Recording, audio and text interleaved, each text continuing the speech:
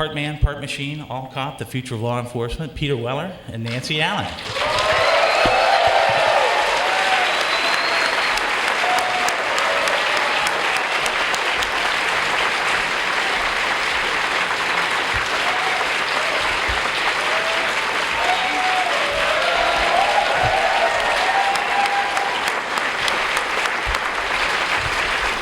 I was charging my iPhone.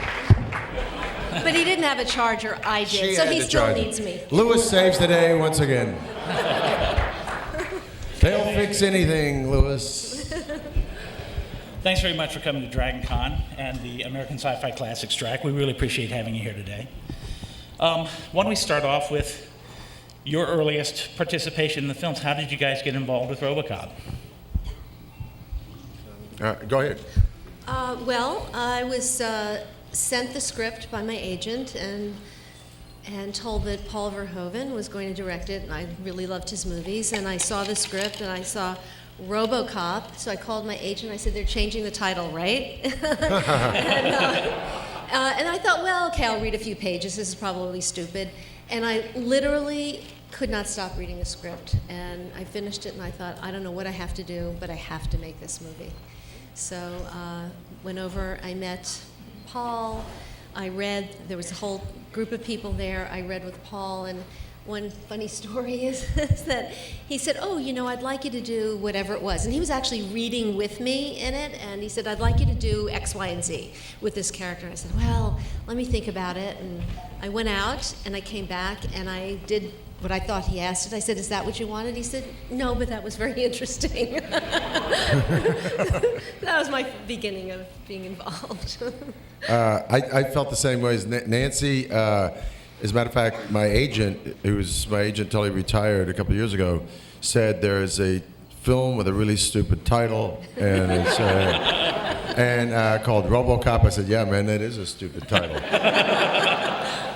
You know, just so corny and on the nose. And they said, well, it's being directed by this guy, Paul Verhoeven. And I'd seen all of Paul's movies, and I knew that he was a serious and invested and unique filmmaker. I'd seen Soldier of Orange, The Fourth Man, Spetters. And I said, no, man, this is probably going to be great. I read it, and like Nancy, I thought, this is funny and sad, and you know, staggeringly sad. If you really look at the film, it's really sad. Yeah. It's a film about redemption, but it's not by any means happy. And I said, oh, this is gifted. And then Paul wanted me to audition. I'm very bad at auditioning. I've auditioned a couple times. I've gotten one thing that I ever auditioned for. I'm sort of dyslexic. I don't read in phrases. You know, I read in word by word. So I refused to audition for him. And the agency kept saying, you have to audition for him. I said, listen, if I audition for him, I'm certain to never get this. I'm certain to, I mean, it will be a reading more robotical than the character. But he said, okay, well, finally he said, okay, would you move around the room? And I had taken some mime, and it was a runner and so forth, so he knew he had some semblance of an athlete with him. But the funny story about it is that unless you got paid a fortune, you know, I got paid virtually no bucks for that movie. Yeah. We were paid nothing. Yeah, we were paid. We were happy. Yeah, we were happy, and we were happy. And you know, it is not like Robert Mitchum said at the end of his career. You know, Robert Mitchum said he got past 40, and he finally just said how much and where. And at that time, you know, we were just looking for work. Yeah.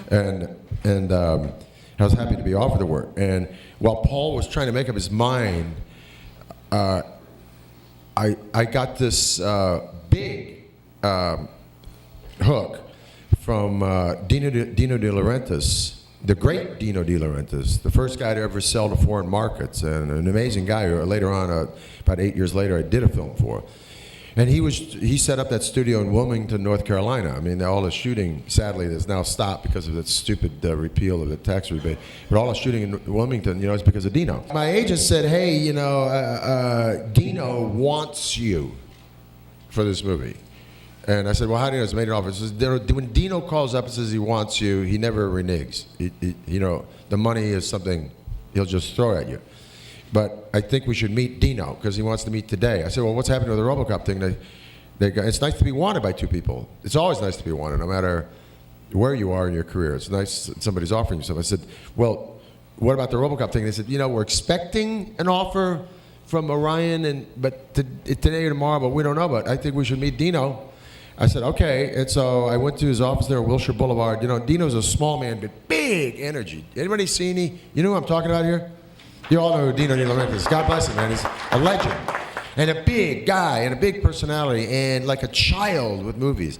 And when I walk in, it's like I knew him for 20 years. He acted like I'd never met him in my life. He says, Peter Weller. Peter Weller. I said, nice to meet you. And I didn't speak any Italian then. Even though I've been going to Italy, I didn't speak it. And he said, sit down. So good, yeah. And then he looked at me in the eye and said something I'll never forget. How much money you want not to do this stupid robot movie? That's great. One of the great quotes I have in my lifetime, man. And when you're 30-something years old and somebody says how much money you want, you start fantasizing, man. Lamborghinis and so I'm thinking price tags there, and I go, well, maybe a lot. And then we talked, and then about 2 hours later, Verhoeven made the offer. One of the great experiences I ever took away from making Robocop was my friendship with Nancy. And by the way, it's the best thing you can take away from movies, the relationships. And something, a little trivia. So we're both born under the sign of Cancer. So is Paul Verhoeven. That's right. So is John Davison. So is the production designer. And the movie, Kurt Smith. That's right. Under Cancer. And the movie opened under the sign of Cancer. That's right. Very woo-woo. Yeah, very woo.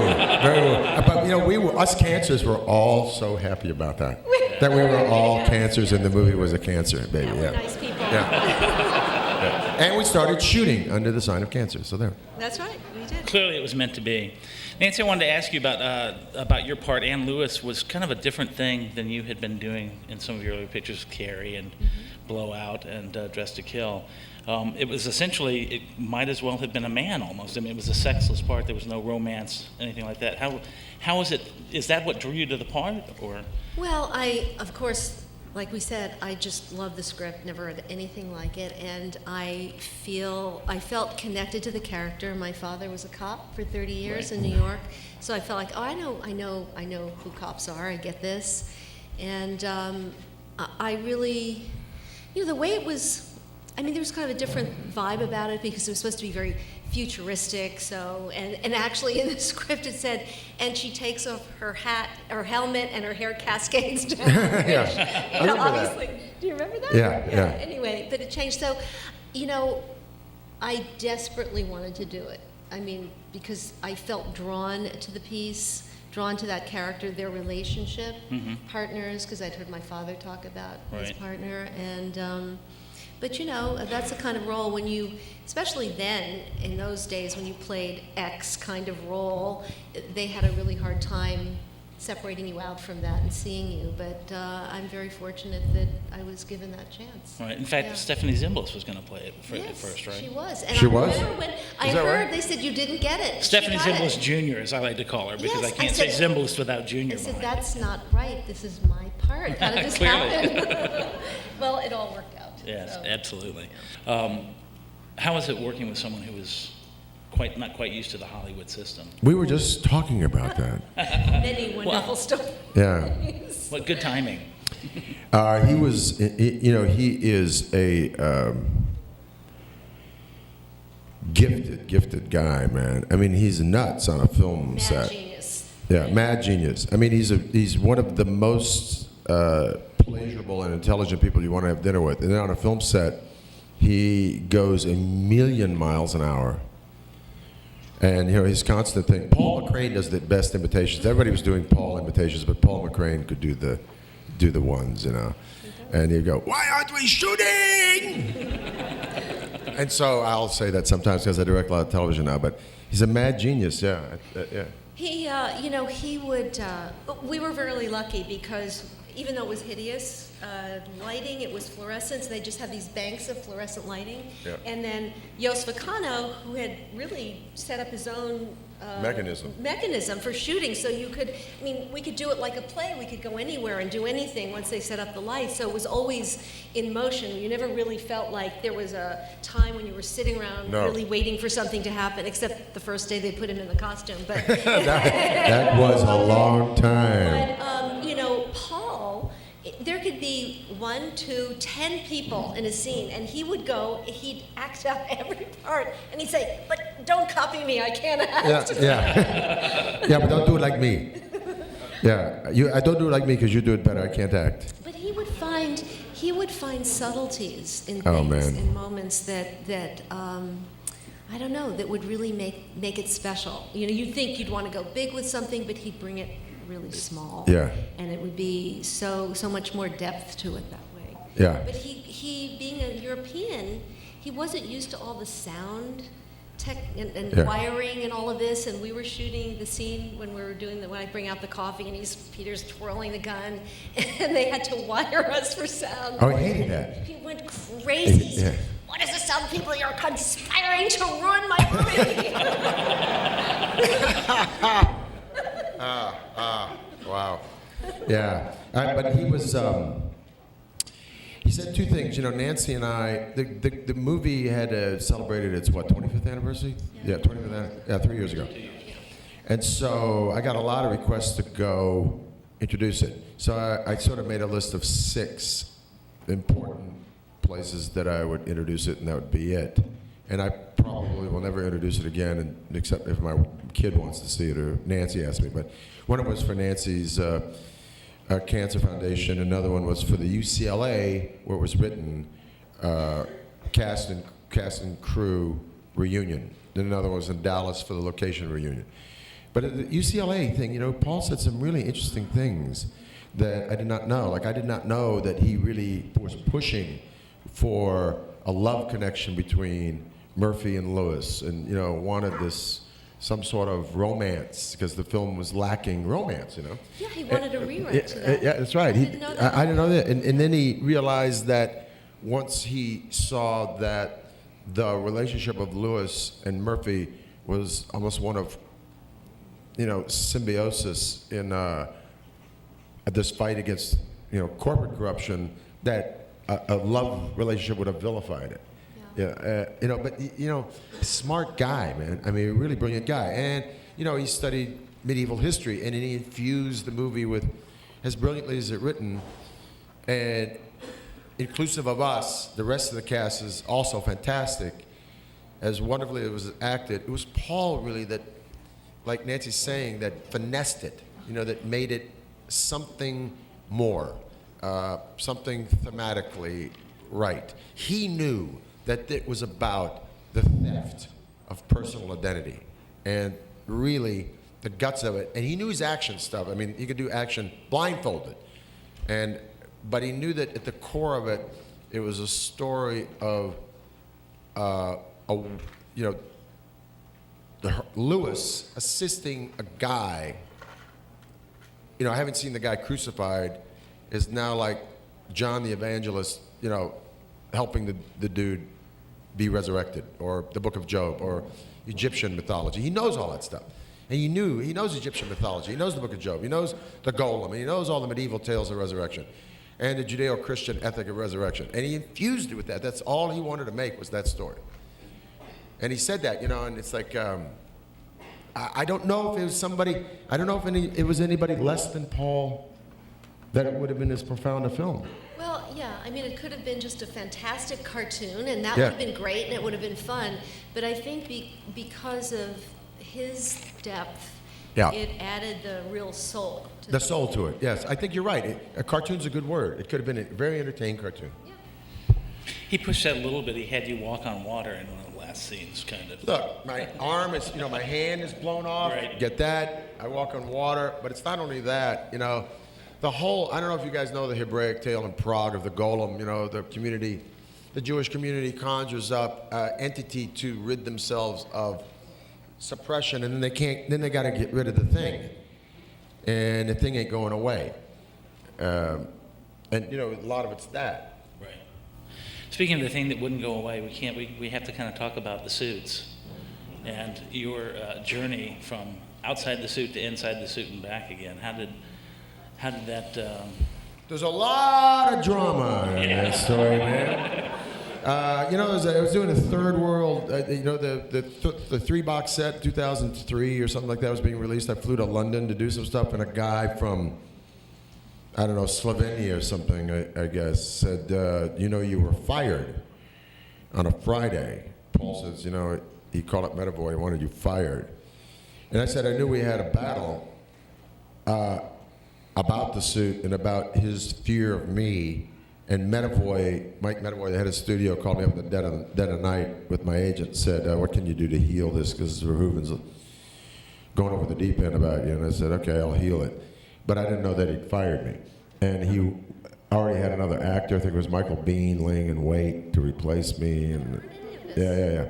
So I confronted him about it. And, you know, and he was, look, the suit, and I got all kinds of shit for saying this, but now I don't care, and I will tell you. A gifted guy named Rob Boutine, who has gone into reclusion, and I don't know how to get in touch with him. He only talks to 2 or 3 people with this thing. One is Ed Neumeyer. Designed this beautiful suit and the makeup. The makeup was applied by Stéphane Dupuis, who is a genius. Because to apply that third act, what they call the third act face, where Nancy and I have, look, everybody loves the scene in the house where I go back. My favorite scene is me and Nancy. When she's helping me take off the helmet and I ask about the family. It makes me weepy to think about the thing, you know. I mean, now I got a family. And, you know, it's just, I said, what happened to my family? And she says, they moved on, man. It's a killer. If anybody of you have ever lost family, man. So, you know, that's the scene for me. Me and Nancy in that garage is like the guts of this, because that's when the guy goes, I've been heisted.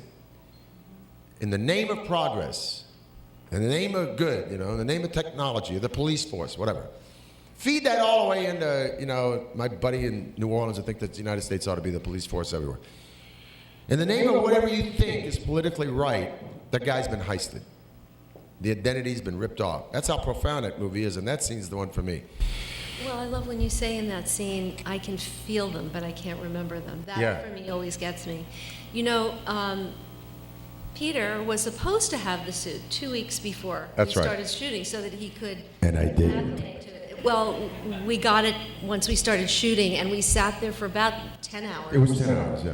And I remember sitting there thinking, okay, so either one of 2 things is going to happen. Either we're going to be here for the next 2 years, or they're going to shut us down tomorrow. And they wanted to shut us down. There was no money. And when you think about it, I never heard such great stories from Paul and the producer. John Davison. So Paul wanted everything to look like, you know, really ultra modern and high-tech production design. So we had no money. And he said, well, you can have that, or you can have a really good suit. And he said, okay, I'll take the suit. But what he said was that you have to then really become very creative. You know, you don't have all the bells and whistles. You have to become very creative in how you're going to make it look really ultra modern. But when I will say this, that no one that I've ever met in my life, any actor that I've ever worked with, could have had exercised the kind of discipline that it would take not only to be in this horrific first suit that they put him in, that got better by the second one, but literally they put him together with a screwdriver, like a little thing, and to be able to do what he did in it, I mean, I was so grateful when they didn't over. You know, on that note, just with Nancy, because I didn't realize, you know, Nancy's still in that, you're still in that police station waiting for me to come in off that suit, but, you know, the suit was late. And I sent in a couple of interviews without chastising Rob Boutine at all. The suit was late. And I got a call about a month after the movie came out and it had been a hit. It said, Rob Boutine is very hurt that you're saying the suit was late because you're not essentially what I wasn't doing is putting in the context of making a movie, and things are delayed, and money's delayed, and technology is delayed, and so forth. I just said the suit was late.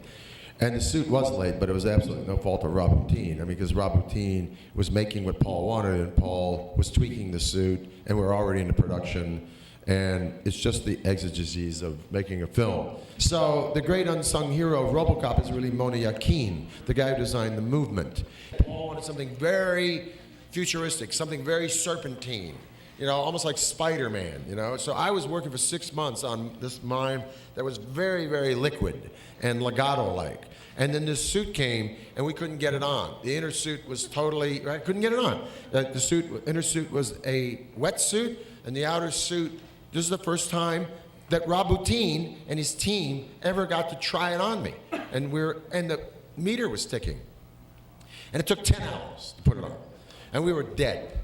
So they shut the thing down, and they said, okay, we've got to see what we could do over the weekend. So they called this meeting with me, Paul, John Davison, the Robo team, and thank God Bill Bernstein and Medavoy flew in Moni Yakin.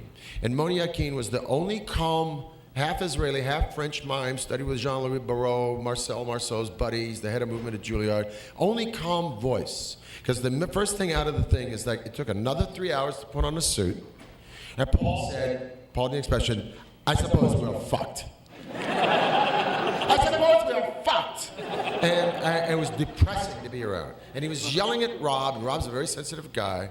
He's yelling at everybody, and everybody's yelling at each other finally. And Moni was like a port in a storm. Moni just said, he's just telling calmly, he says, okay, to Rob, with the wetsuit.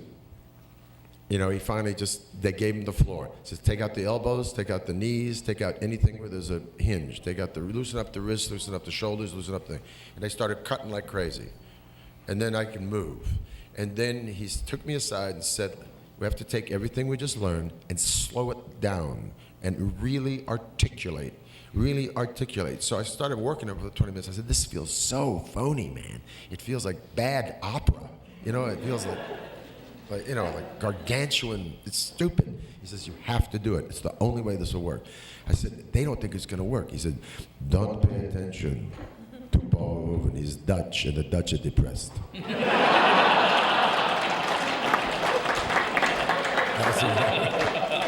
This from an Israeli, man. From a Sephardic, right? They're depressed. The Mediterranean, and so we worked it. So the long story short of it is that the suit was late. It was no fault of Rob Bottin's. It was no fault of Paul's. We were about to shut down. And like Nancy said, I thought, this is going to take 2 years, man. This is going to be 2 years. And finally, at the end of the day, when we finished this thing, he shot these tests of me doing this and that and so forth. And Paul said, I don't think this is going to work. They're going to shut us down, la, la, la. And Moni's amazing. He just said, they're not going to shut you down. They're not going to shut you down. They're going to see this, they're going to love this. It's a different thing, but they're going to love it. But here's what we should do. We have to go rent a movie right now. This is Saturday afternoon. I said, okay, Eisenstein, Ivan the Terrible, silent movie. I said, really? He said, there's a man in it who's a dancer, opera singer, mime, named Nikolai Cherkasov. You're going to see a naturalistic movie, and you're going to see a naturalistic movie with a very stylized actor at the lead. It's fantastic. So we get this thing, Ivan the Terrible. Anybody ever seen Ivan the Terrible? Yeah. You know the movie I'm talking about, Cherkasov. The first time you see him, he looks like Dracula, for fuck's sake, man. Like you have these naturalistic people walking through these great shadows and stuff, and you see him, and he's like that, right? And everything is that big. Everywhere he looks is staccato and huge.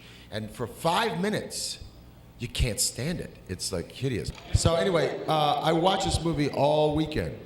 I watched it all day Saturday, all day Sunday, and I watched it for a week. And Moni stayed with us for 2 weeks to work this movement into it.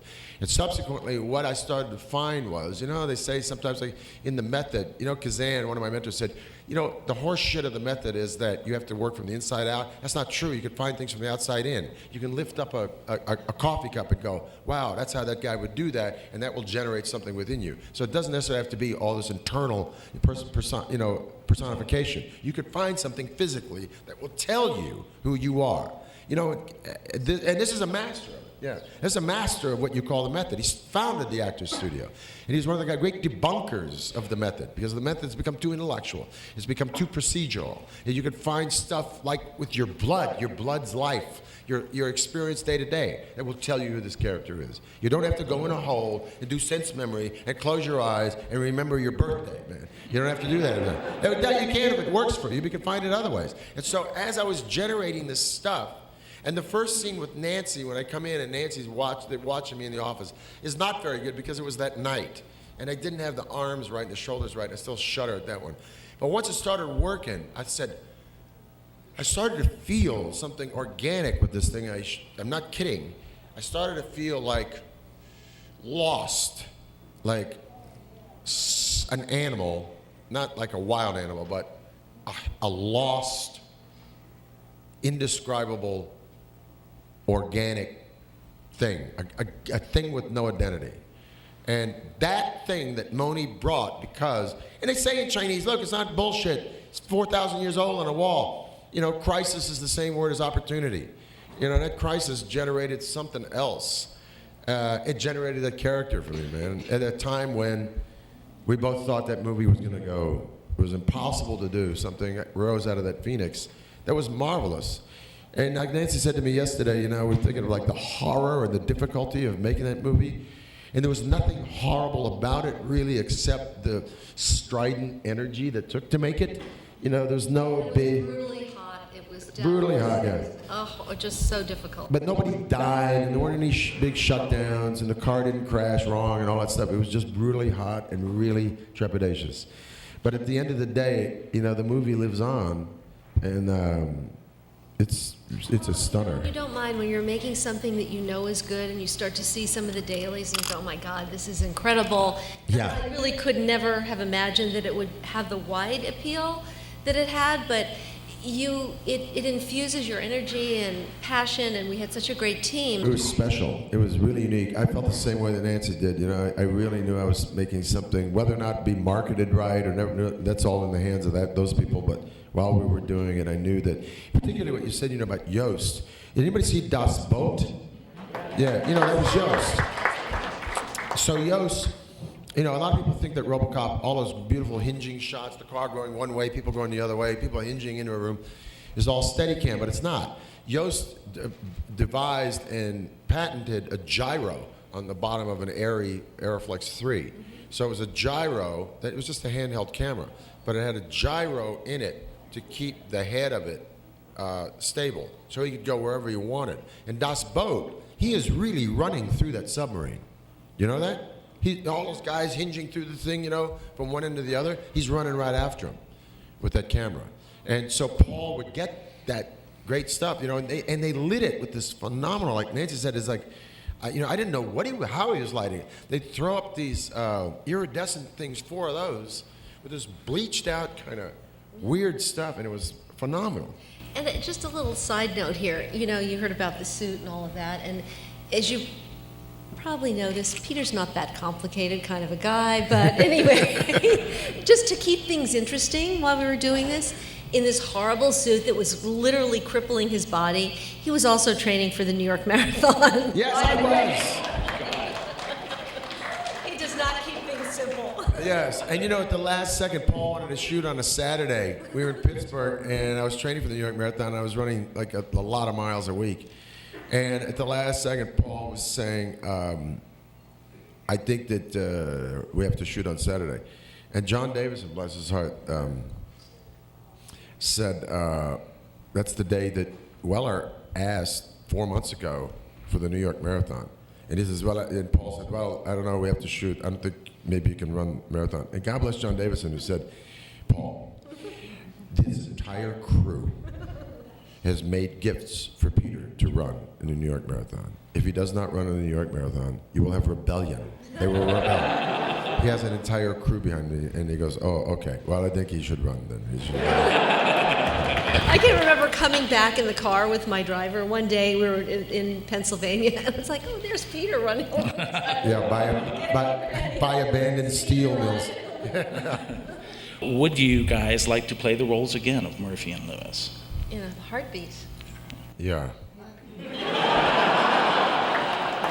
Yeah. They say Murphy, but not Robocop, right? Yeah, if you asked me this 10 years ago, I wouldn't, because the discipline that it took, just the preparation of it, was just sort of backbreaking. And after I finished it, because I was training for the New York Marathon, I was on a macrobiotic diet. I would run, like I say, 40, 50 miles a week. And getting into that suit was like, I finally fell in love with it. By the way, the face at the end of it, took 6.5 hours just for the face.